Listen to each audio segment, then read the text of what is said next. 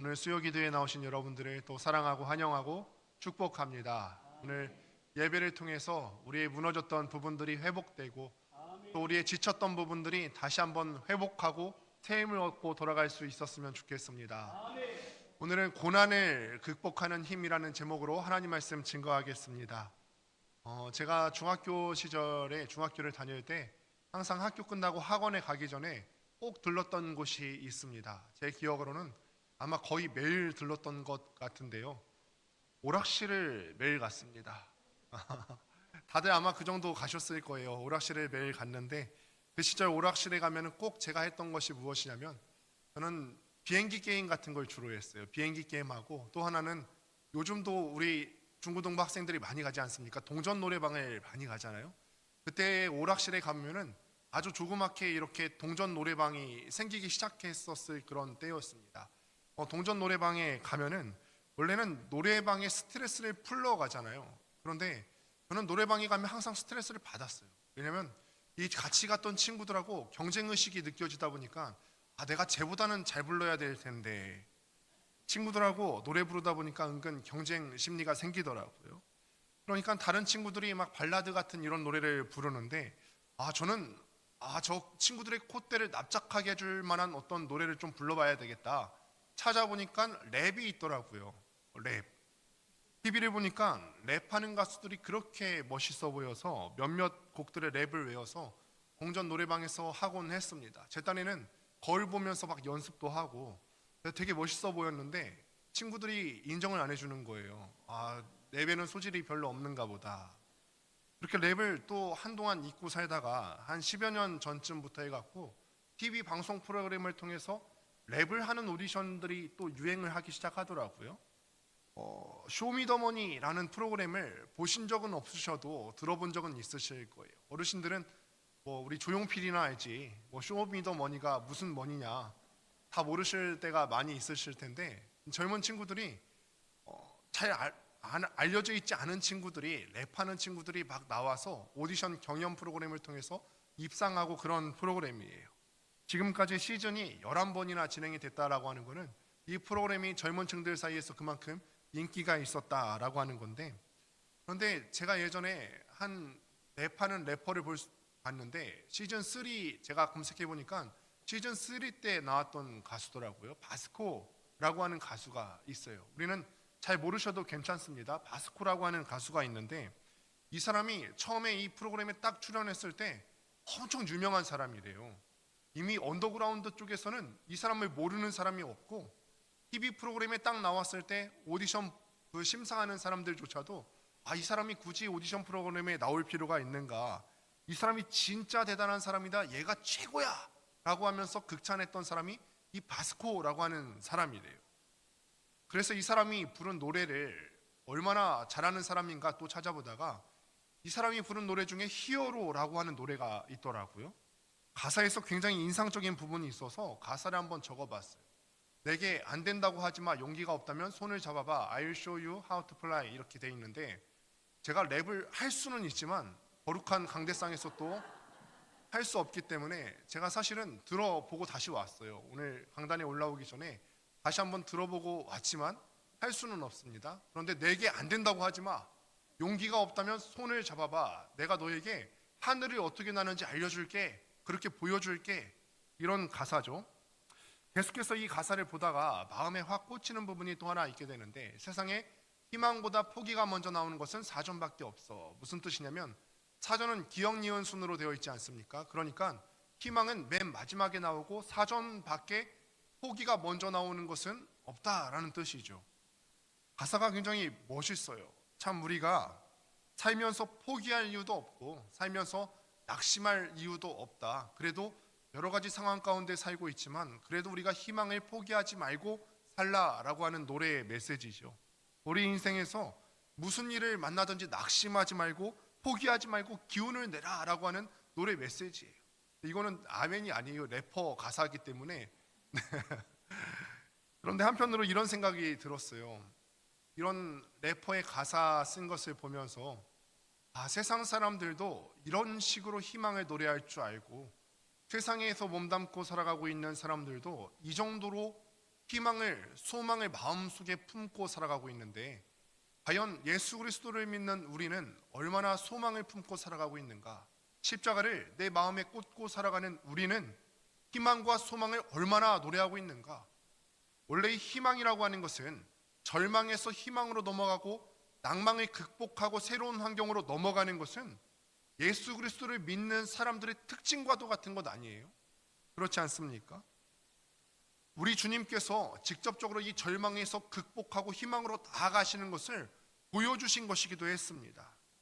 예를 들어 보실까요? 우리 주님께서 십자가 사건이 있지 않았습니까? 우리 주님께서 십자가에 못 박히시고 끝난 줄 알았어요. 이제는 다 끝났다. 예수님께서 돌아가셨을 때, 십자가에 못 박혀 돌아가셨을 때 심지어 제자들조차도 예수님 돌아가셔서 다 끝난 줄 알고 뿔뿔이 흩어졌어요. 세상 사람들도 정치범 한 명 처리한 줄 알고 다 끝난 줄 알았어요. 예수님을 추종했던 그 수많은 사람들이 예수님이 이제 돌아가셨으니까 더 이상 예수님으로부터 그 어떤 혜택도 못 받을 줄 알고 다 끝난 줄 알았습니다. 그런데 끝나지 않았죠. 그렇지 않았잖아요. 예수님은 그 십자가 사람, 그러니까 다른 사람들이 다 끝이라고 시작하는 그 시점에서 부활하심으로 다시 우리에게 새로운 희망과 새로운 시작을 보여주신 분이신 줄을 믿습니다. 그래서 8절 말씀 같이 한번 읽어보도록 하겠습니다. 시작. 이 지혜는 이 세대의 통치자들이 한 사람도 알지 못하였나니 만일 알았더라면 영광의 주를 십자가에 못 박지 아니하였으리라. 아멘. 그 시대의 사람들이 예수님을 십자가에 못 박았어요. 왜 십자가에 못 박았죠? 끝내려고 못 박았어요. 예수님이 갖고 오신 그 하나님의 나라를 많이 듣고 또 많은 추종자들이 생겼지만 종교 지도자들은 이것을 정치적인 영향력으로 생각해서 위협이 된다 생각해서 예수님을 끝내려고 못에 박았습니다. 그런데 영광의 주님이신 예수님께서는 그 십자가에서 사람들이 생각하는 것처럼 끝나지 않으셨고 새로운 시작을 하신 것이죠. 부활하심으로써 끝이라 생각했던 그 시점에서 다시 새로운 희망을 노래하실 수 있었던 것입니다. 그래서 예수님을 믿는 우리는 이 십자가 사건을 보면서 마음속에 되새겨야만 되는 거죠. 예수님을 믿는 사람들은 다 끝난 줄 알고 절망 가운데 산다 할지라도 거기가 끝이 아니라 우리 주님께서 우리에게 보여주시는 것처럼 끝이라 생각하는 그 자리에서 희망이 있고 소망이 있다. 우리 주님께서 십자가 그 죽음 앞에서 다시 시작하신 것처럼 십자가를 믿는 우리도 다시 시작할 수 있는 힘이 있다라는 것입니다. 오늘 말씀을 통해서 우리가 어떻게 다시 시작할 수 있는지 함께 살펴보기를 원하는데, 첫째 함께 따라해 보셨으면 좋겠습니다. 끝나지 않는 시련은 없다. 끝나지 않는 시련은 없다. 끝나지 않는 시련은 없습니다. 고린도전서를 보면은 바울이 쓰는 시간적인 표현이 두 가지가 있게 되는데, 첫 번째로는 이 시대라고 하는 표현을 쓰여지게 되고, 두 번째로는 오는 시대라는 표현이 쓰여지게 됩니다. 이 시대는 지금 우리가 살아가고 있는 이 세상이죠. 우리가 두 발을 딛고 살아가는 이 세상이에요. 이 세상의 특징은 무엇이죠? 우리가 몸담고 살아가고 있는 이 시대의 특징은 죄가 있는 시대죠. 죄가 있는 시대이기 때문에 항상 어렵고 고난이 있을 수밖에 없고 낭망이 있을 수밖에 없고 나를 힘들게 하고 눈물 짓게 만드는 그런 상황이 있을 수밖에 없는 시대가 바로 이 시대예요. 죄가 있는 시대이기 때문에 그렇죠. 그리고 오는 시대는 어떤 시대입니까? 이 시대는 언젠가 끝날 거예요. 우리가 몸담고 살아가고 있는 이 세상은 언젠간 끝날 것입니다. 우리 인생도 끝이 있을 것이고 지구도 끝이 있을 것이고 우주 만물도 끝이 있을 것이고 그때가 다 가고 나면 오는 시대가 올 것인데 하나님께서 갖고 오실 그 시대가 분명히 있다는 거예요. 하나님께서 통치하셔서 완전히 모든 것이 새롭게 회복될 시대가 있다라는 것입니다. 우리는 지금 죄가 있는 이 시대를 살고 있습니다. 죄가 있고 결함이 있고 상처가 있고 아픔이 있고 고난이 있고 절망이 있습니다. 내가 살아가고 있는 직장에서도 늘 어려움이 있고요.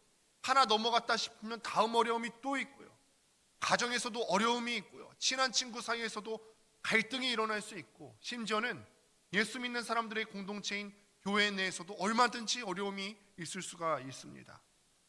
우리는 이 시대에서 오는 시대, 그러니까 하나님께서 통치하셔서 갖고 오는 그 시대로 넘어가야 하는데 어떻게 넘어갈 수 있느냐 하면 십자가를 붙잡고 믿음으로 넘어갈 수 있다라는 것입니다. 오는 시대로 넘어가는 문이 있다면 그 문의 열쇠는 십자가입니다. 6절 말씀을 같이 한번 읽어보겠습니다. 시작. 그러나 우리가 온전한 자들 중에서는 지혜를 말하노니 이는 이 세상의 지혜가 아니요 또 이 세상에서 없어질 통치자들의 지혜도 아니요. 아멘.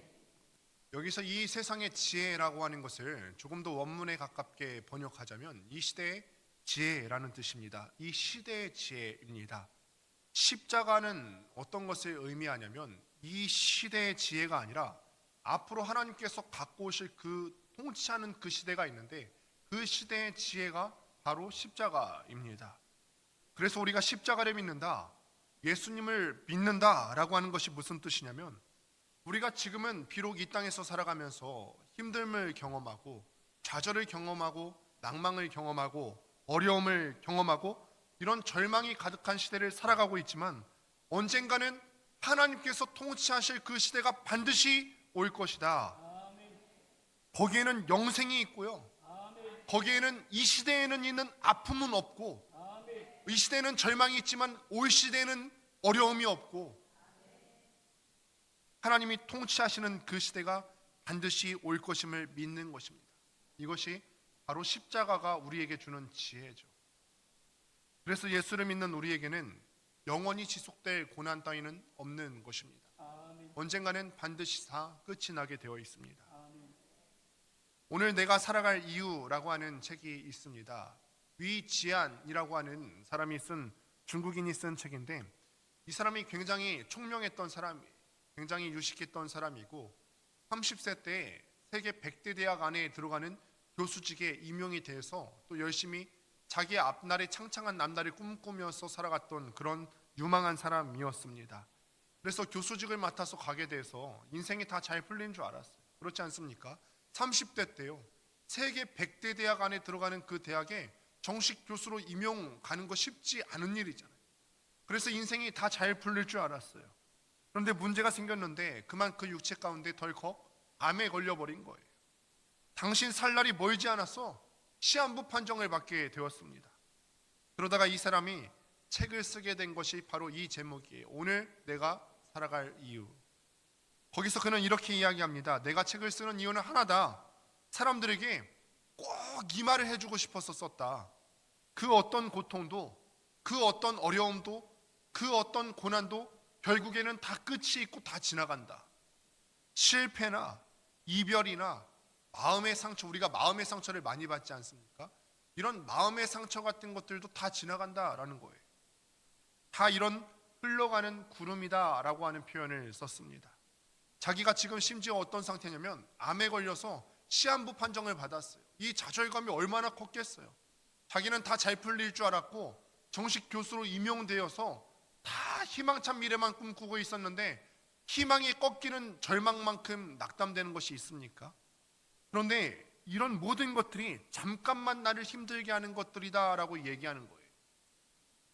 자기가 그 고난 가운데서 말하고자 하는 것이 무엇이냐면 이 저자가 그 고난 가운데서 말하고자 하는 것은 우리가 미래의 고난 받는 상황은 못 바꿀 수 있어요. 나를 어렵게 하는 상황은 여전히 나에게 찾아오는데 여기에 대한 나의 태도는 바꿀 수 있다는 거죠. 십자가를 믿는 사람으로서 이 모든 것에 끝이 있다고 믿는 사람으로서 하나님이 갖고 오실 그 새 시대가 있다고 믿는 사람으로서 나에게 똑같이 어려운 상황이 있고 고난의 상황이 있고 절망적인 상황이 동일하게 오지만 우리가 우리의 태도는 선택할 수 있다라는 것입니다. 나에게 고난이 닥쳐왔지만 좌절하지 마요. 이 고난이 언젠가는 끝나는 것임을 알고 이겨낼 수 있다라는 거예요. 여러분, 우리의 인생 가운데서도 고난이 있지 않으십니까? 우리가 고난은 바꿀 수 없지만 우리의 태도를 선택할 수 있습니다. 이 고난 가운데서 우리가 낭망하며 살 것이냐, 아니면 우리 주님께서 그 절망적인 상황을 희망으로 바꿔주시고 끝난 것 같은 상황에서 새로운 시작으로 보여주신 것처럼 우리가 전화위복의 기회를 삼을 것인가? 우리가 정말 진정으로 오는 시대를 기대하며 살아가는 여러분들 되시기를 주님의 이름으로 축원합니다. 두 번째로 한번 따라해 보시겠습니다. 고난은 선을 이루시는 섭리의 과정이다. 고난은 선을 이루시는 섭리의 과정이다. 고난은 하나님께서 때때로 우리 삶 가운데 주시는데 그 고난을 통해서 하나님의 뜻을 이루어가기를 원하십니다. 그 고난까지도 다 하나님의 계획이고 범주 안에 들어가 있습니다. 제2차 세계대전 때 태평양을 사이에 두고 일본과 미국이 전쟁을 벌이지 않았습니까? 지금이야 미국이 항공권을 비롯해서 세계 최강대국으로 군림하고 있습니다. 검색을 해보니까 세계 군사력 순위를 보니까 1위는 미국 공군이고 2위는 미국 해군이고 3위는 미국 육군이고 이런 식으로 다 나타나 있더라고요. 그만큼 미국의 국방력이 어마어마한데요. 그 당시만 해도 일본이 거의 비등비등하거나 일본이 조금 앞서는 것으로 이렇게 예견이 되어졌습니다.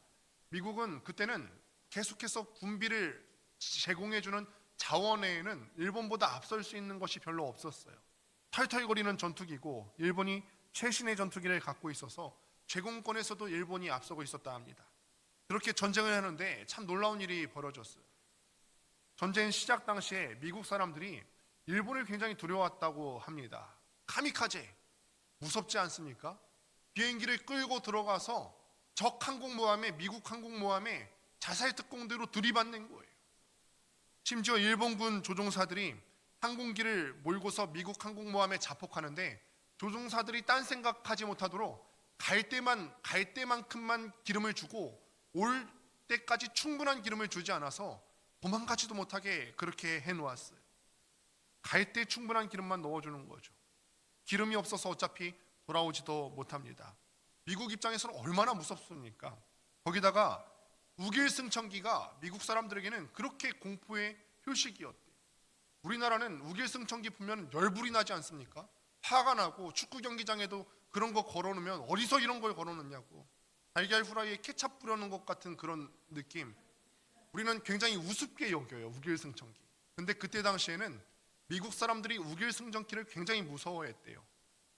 그래서 이 재미있는 사실이 있는데 이 미국인들의 심리를 알고 일본 사람들이 자기네 군함에다가 다 우길승천기 마크를 다 표시를 해놓았대요.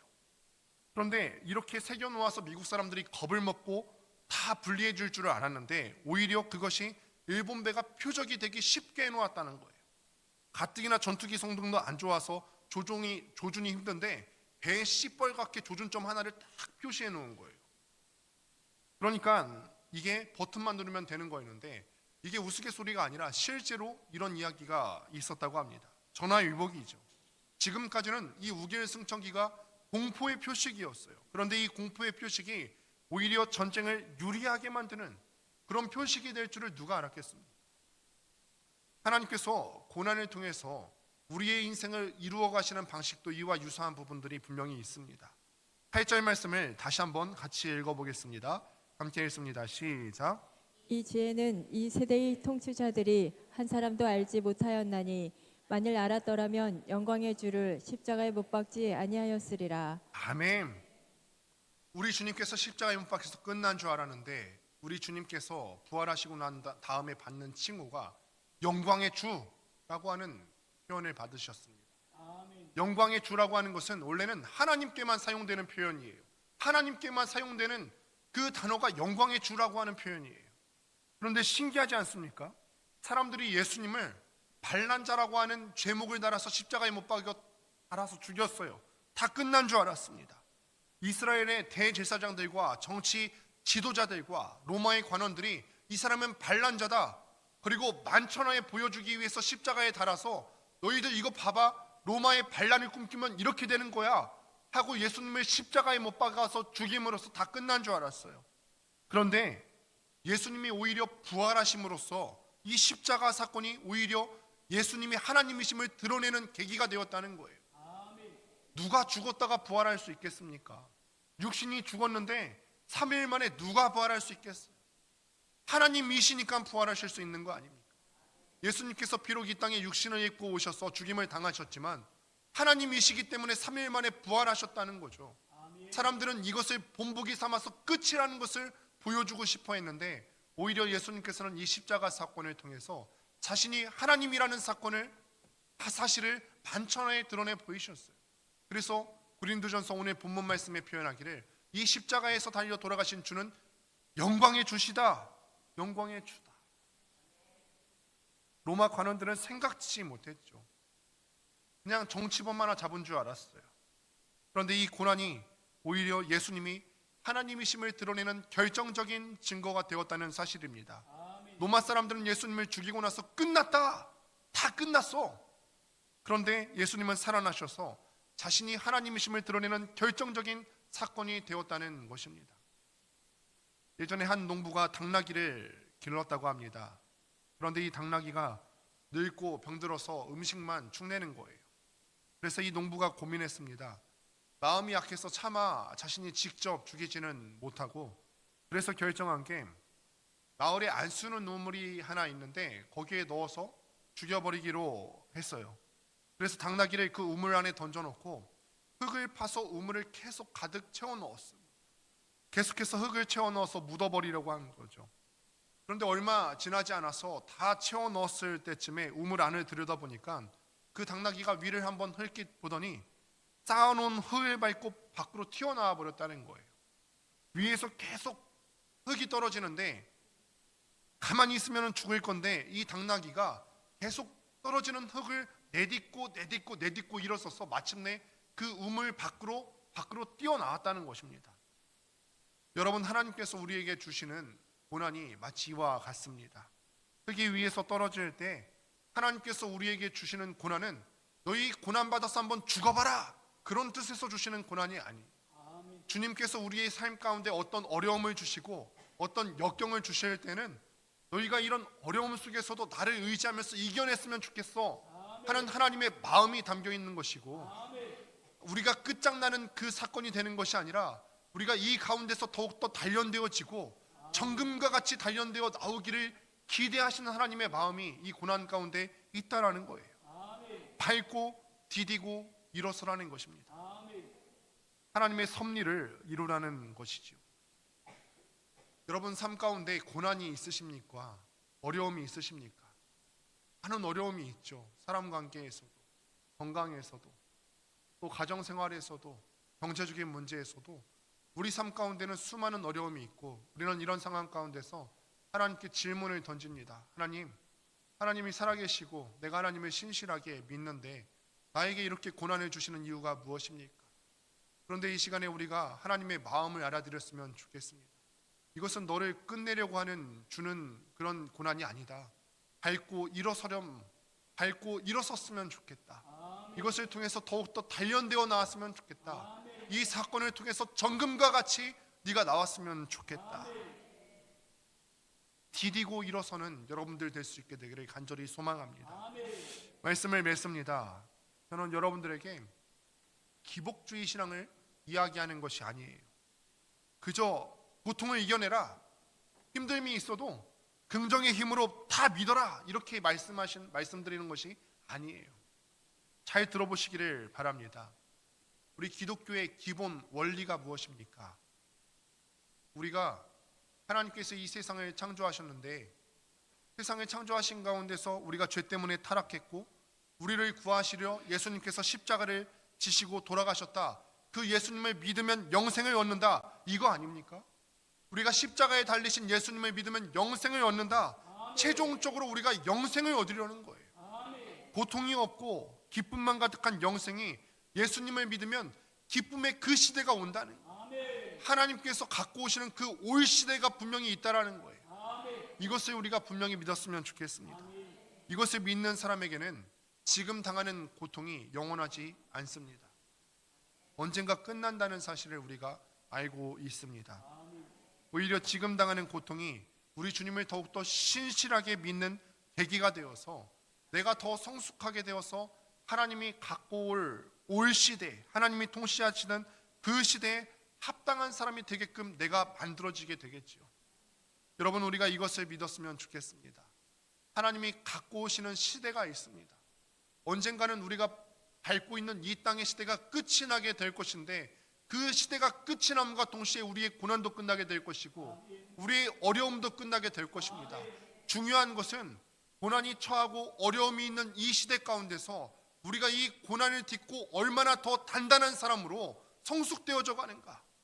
앞으로 올 시대에 얼마나 더 합당한 사람으로 준비되어져 가고 있는 거 아니겠습니까?